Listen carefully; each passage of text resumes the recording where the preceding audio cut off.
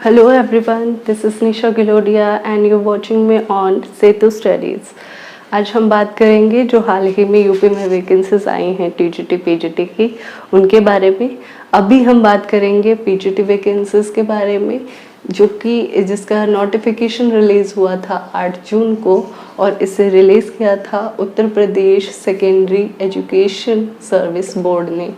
और इस फॉर्म को हमें अगर फिल करना है तो ये फॉर्म फिल होगा ऑनलाइन और इसके लिए वेबसाइट होगी UPSESSB। इस साइट पर जाकर के हम फॉर्म फिल कर सकते हैं और पूरे भारत के जितने भी एस्पिरेंट हैं जो कि एलिजिबिलिटी क्राइटेरिया को पूरा करते हैं वो इस फॉर्म को फिल कर सकते हैं। अगर हम बात करें कुछ इम्पोर्टेंट डेट्स की, इम्पोर्टेंट डेट्स में अगर हम बात करें 9 जून 2022 से फॉर्म फिल होने शुरू हुए हैं और 9 जुलाई 2022 तक ये फॉर्म फिल किए जाएंगे। अगर हम बात करते हैं एज की, तो यहाँ पर मिनिमम एज के लिए इंस्ट्रक्शन दी गई है कि मिनिमम एज 21 साल होनी चाहिए, जो कि 1 जुलाई 2022 से काउंट की जाएगी। 1 जुलाई 2022 को जो भी एस्पिरेंट 21 साल का है और वो इसके सारे क्राइटेरियाज को पूरा कर रहा है, वो इस फॉर्म को फिल कर सकता है। अगर हम बात करें कि रिलैक्सेशन की, कि रिलैक्सेशन कहाँ मिलेगा, जितनी भी कैटेगरीज होती हैं उन्हें, तो रिलैक्सेशन मिलेगा SC ST OBC और EWS कैटेगरीज को, जो कि जब हमारा एग्ज़ाम कंडक्ट हो चुका होगा और उसके बाद हमारी कट ऑफ आएगी तो कट ऑफ मार्क्स में कुछ रिलैक्सेशन मिलेगा इन कैटेगरीज को। और ये कैटेगरीज सिर्फ यूपी के ही एस्पिरेंट को मिलेगी, जो वहाँ के रहने वाले होंगे, जो वहाँ के डोमिसाइल होंगे, और उत्तर प्रदेश का ही उनका ये सर्टिफिकेट बने होने चाहिए। अगर हम बात करते हैं एग्ज़ाम पैटर्न की, कि इसका एग्ज़ाम पैटर्न कैसा रहेगा, तो इसके लिए जो मार्क्स हैं उनको 3 कैटेगरीज में डिवाइड किया गया है। उसके अकॉर्डिंग अलग अलग उनको वेटेज दी गई है, 85%, 10% और 5%। अगर हम बात करते हैं रिटन एग्ज़ाम की, तो रिटन एग्ज़ाम को 85% वेटेज दिया गया है, इंटरव्यू को 10% वेटेज दिया गया है, और जो डिज़ायरेबल क्वालिफिकेशन होती है उनको 5% वेटेज दिया गया है। रिटन एग्ज़ाम में 125 क्वेश्चन होंगे हमारे पास, जो कि MCQ फॉर्म में होंगे और वो 425 नंबर के होंगे, और ये पेपर होगा ऑफलाइन मोड में। इसका मतलब जैसे हम जो ओवल शीट फिल करके जो एग्ज़ाम्स देते हैं उस मोड में ये एग्ज़ाम होगा। हर एक क्वेश्चन के 4 ऑप्शन होंगे या फिर 5 भी हो सकते हैं, तो उनमें से हमें जो सही आंसर लगेगा वो हम चूज़ कर सकते हैं। उसके बाद जो बच्चे, जो एस्पिरेंट इस एग्ज़ाम में, रिटन एग्ज़ाम में क्वालिफाई कर जाएंगे, वो जाएंगे इंटरव्यू के लिए।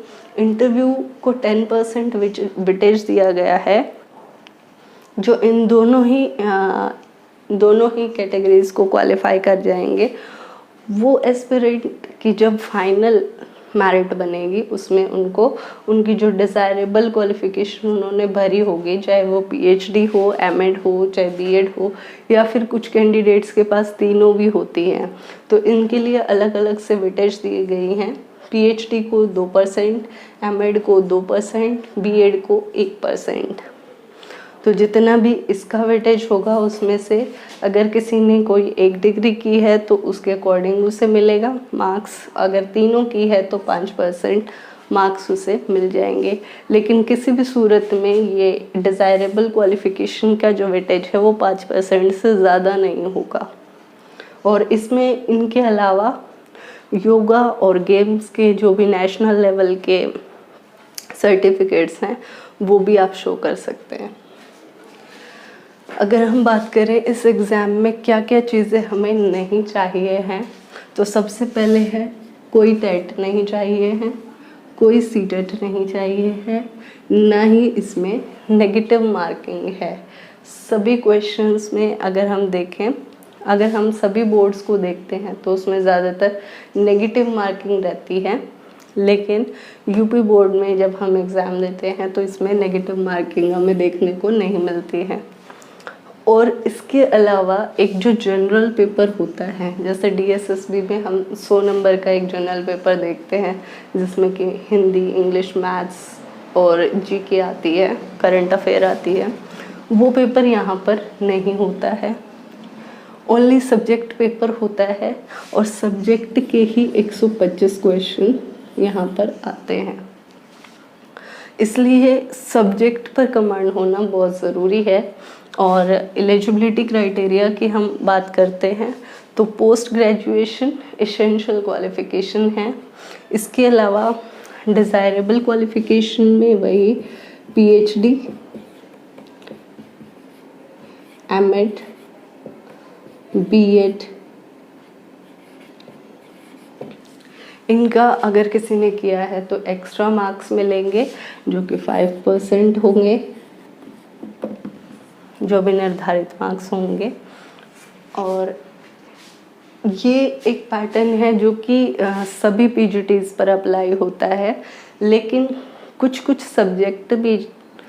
सब्जेक्ट में कैटेगरी वाइज, जो सब्जेक्ट वाइज है एलिजिबिलिटी क्राइटेरिया, या फिर ये कहें जो एजुकेशनल क्वालिफ़िकेशन का क्राइटेरिया है, वो कुछ चेंज मिलता है। अभी हम बात करेंगे पीजीटी हिस्ट्री की कि उसमें किस तरीके से हमें देखने को मिलता है, और उसके सिलेबस की भी हम बात करेंगे कि उसके सिलेबस में क्या क्या दिया है बोर्ड ने। बोर्ड की साइट पर सिलेबस अवेलेबल है। अगर हम बात करते हैं eligibility criteria for PGT history,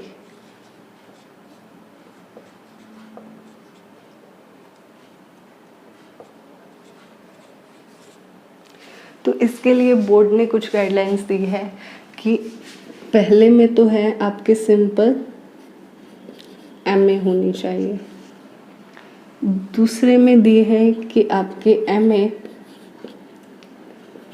मध्यकालीन भारत,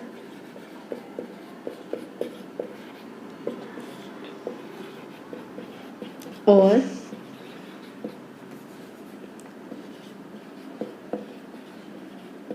आधुनिक भारत।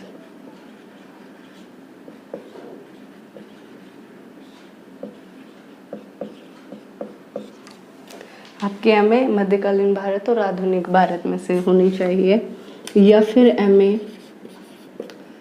प्राचीन भारत में होनी चाहिए।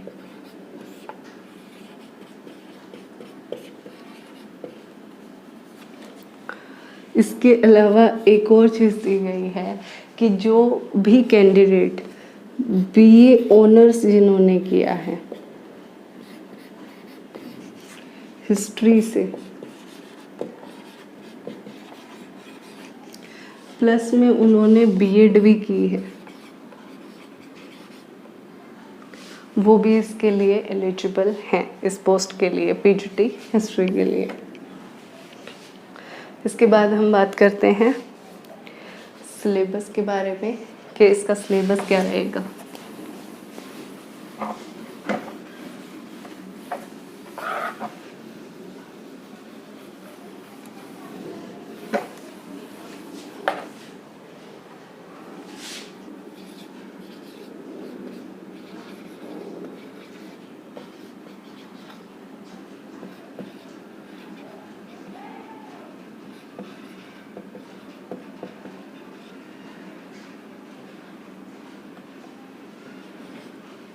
Syllabus for PGT history. PGT history के सिलेबस को यूपी बोर्ड ने 3 पार्ट्स में डिवाइड किया है और उसी के अकॉर्डिंग हमें पढ़ना है।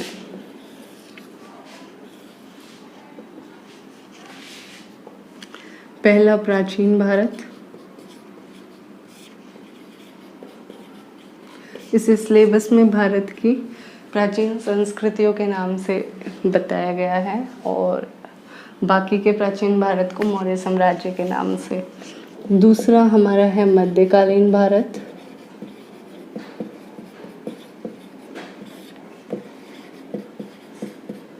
और तीसरा है आधुनिक काल।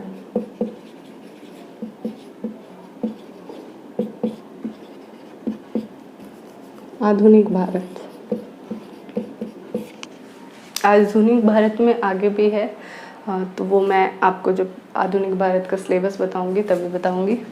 प्राचीन भारत की अगर हम बात करते हैं तो सबसे पहले इसमें आता है पाषाण काल।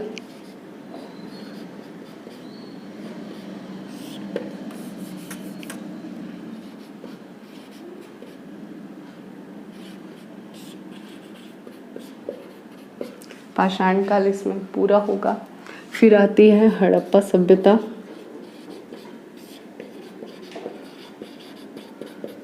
इसके बाद वैदिक सभ्यता।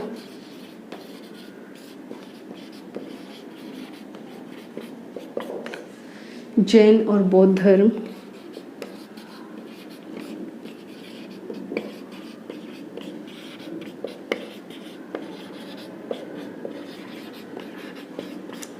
इसके अलावा मौर्य साम्राज्य।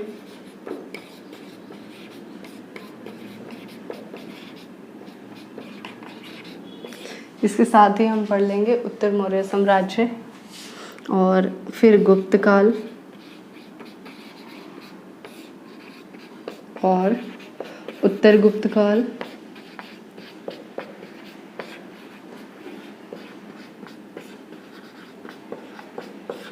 इसके अलावा चोल साम्राज्य जो कि हमें दक्षिण भारत में देखने को मिलता है, और ये 800 AD से 1200 AD तक। इतना ये सिलेबस हमें प्राचीन भारत का मिलता है। इसके बाद अगर हम बात करें मध्यकालीन भारत में हमें क्या मिलता है, तो मध्यकालीन भारत में लिखा है सिलेबस में तुर्कों का आगमन।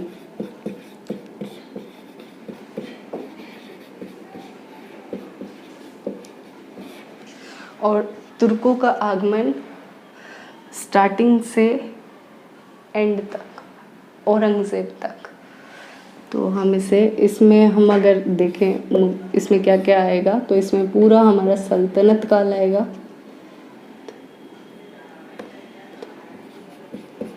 पूरा सल्तनत काल आएगा और पूरा मुगल काल भी आएगा।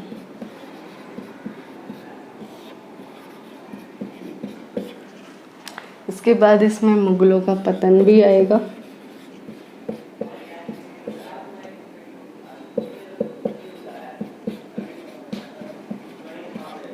और साथ ही दिया गया है मराठा साम्राज्य।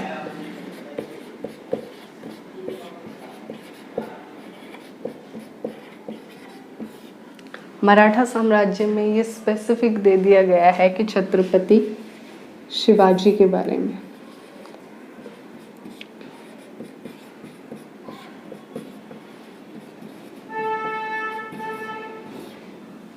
छत्रपति शिवाजी का कैसा जीवन रहा, कैसा उनका संघर्ष रहा, कब उनका राज्याभिषेक हुआ, इन सब के बारे में हमें पढ़ना होगा। कैसा उनका प्रशासन था, इन सब के बारे में। अब बात करते हैं हम आधुनिक काल की। आधुनिक काल की शुरुआत EIC के आगमन से दी गई है, यानी कि ईस्ट इंडिया कंपनी जो भारत आई थी का भारत में आगमन।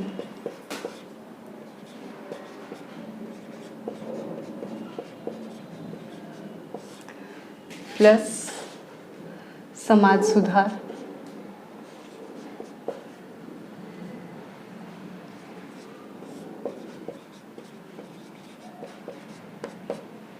आंदोलन।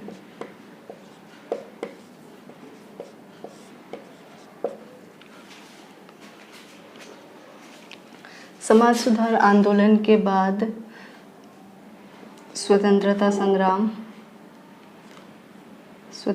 संग्राम में 1857 का विद्रोह,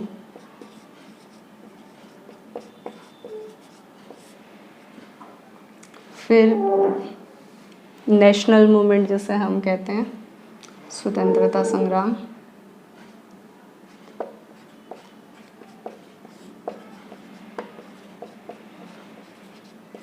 फिर भारत का विभाजन,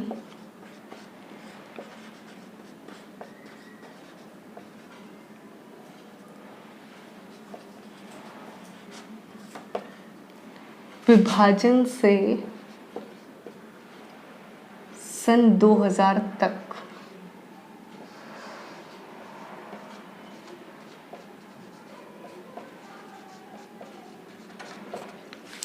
तो यहाँ पर क्या है, भारत का विभाजन से सन 2000 तक जो भारत है उसके बारे में हमें पता होना चाहिए।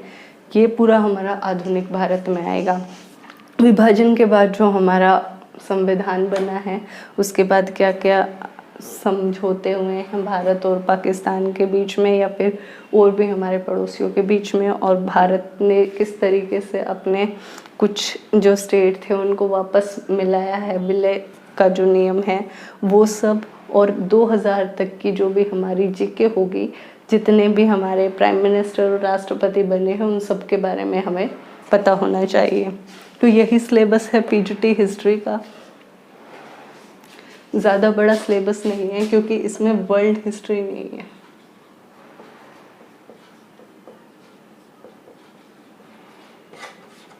वर्ल्ड हिस्ट्री नहीं है और कॉमन पेपर नहीं है, जनरल पेपर भी नहीं है। सिर्फ इतना ही सिलेबस है जिससे हमारे क्वेश्चन आएंगे 125 और मार्क्स होंगे 425।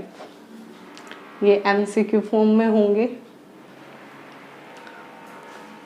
और एग्ज़ाम होगा ऑफलाइन मोड में। आज के वीडियो में सिर्फ इतना ही। धन्यवाद।